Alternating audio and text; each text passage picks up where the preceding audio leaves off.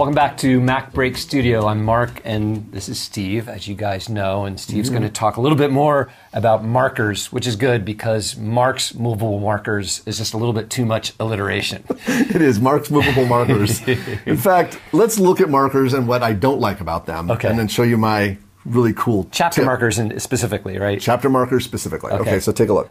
So here I have a timeline of a movie that I shot in St. Croix, and I want to add chapter markers to the various sections. Like there's Abba, I want maybe a chapter marker on this reef, and maybe a chapter marker, this night dive section. So let me show you how the workflow with chapter markers currently works, and then I'll show you my really awesome workaround. So let's say I want to add a marker, let's say right here. This is my friend Abba, and he's taking a picture, and I'm going to press MM to add the marker and bring up the edit marker window. Right. And I'm going to say Abba shoots sponge. Okay? And I want to make that a chapter marker. Chapter marker, right. Because you want this to be exported as part of the movie as a place you can jump to. Correct. Okay. So I'm going to click done, and I'm going to just zoom in here just so you can see it easier. Now let's say I was off a frame. One of the things that I don't like is that I can't select that marker and just drag it. In Final Cut 7, you could hold the command, I can't even believe I remember this, but you could hold the command key in Final Cut 7 and literally drag the chapter marker to a new place. And you can't do this with any kind of markers. Any kind of markers. Regular markers, you can't move them. In motion, you can.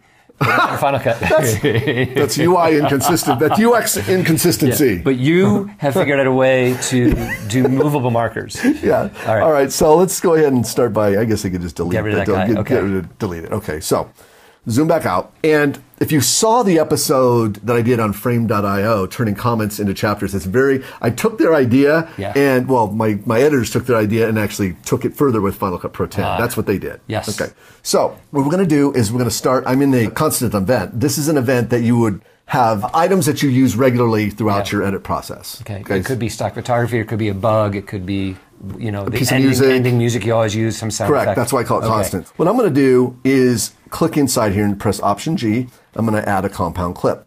A new empty compound clip. Empty compound, but I'm going to call it chapter markers. And then click return. Okay.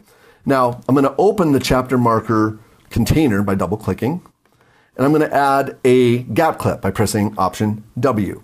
Now this gap clip is currently too long, and I'll tell you why in a moment. Right now it's 3 seconds. I'm going to press Control D and then press 100 for 1 second, press return. So it's a 1 second gap clip. Okay. Again, I'll go back to the main timeline. So I have this chapter marker here, and it's a container with a 1 second gap clip inside of it. Yes. Okay. Now, I want to add a marker at the beginning of this compound clip. It's interesting. I can press M to add a marker, M again to bring up the edit marker window. I can add a standard marker or a to-do marker, but for whatever reason, it won't let me add a chapter marker. It's grayed out. It's grayed out. But I got a great workaround. So what I'm going to do is bring up the command editor, and I'm going to customize it. And I'm going to, up here in the search, I'm going to type out marker. Do you need to create a new? You know what? That's a good point. It's probably a good idea to create a new command set. So duplicate that, and I'll just call this markers. And click OK. And in the search field, I'll type marker. And what I want to do is I'm going to assign this to the M key, the add chapter marker. So I'm going to just drag this right on top of the letter M. Now the M key is default assigned to the chapter marker rather than a standard marker. Okay, you reassigned it. Right. Yes. So I'm going to click Save and then close the window. Now here's where it gets fun. You'll notice that if I go to the very beginning of the compound clip, Shift I, if I press MM, it adds a chapter marker. So when you assign it as a keyboard shortcut, it adds a marker, but when you just try to do it from the mouse, it won't. Pete, if you're watching. That's great. That's great. So you managed to figure out how to add a chapter marker to this compound clip inside the browser. Yes. I love it. And it's 1 second. Now we get to use it. Okay, so it's going to be fun.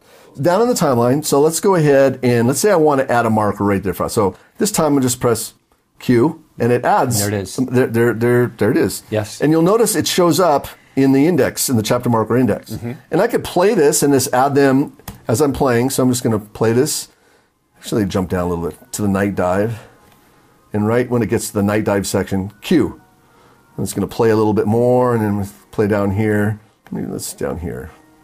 There's like turtle. I got to get the turtle in there.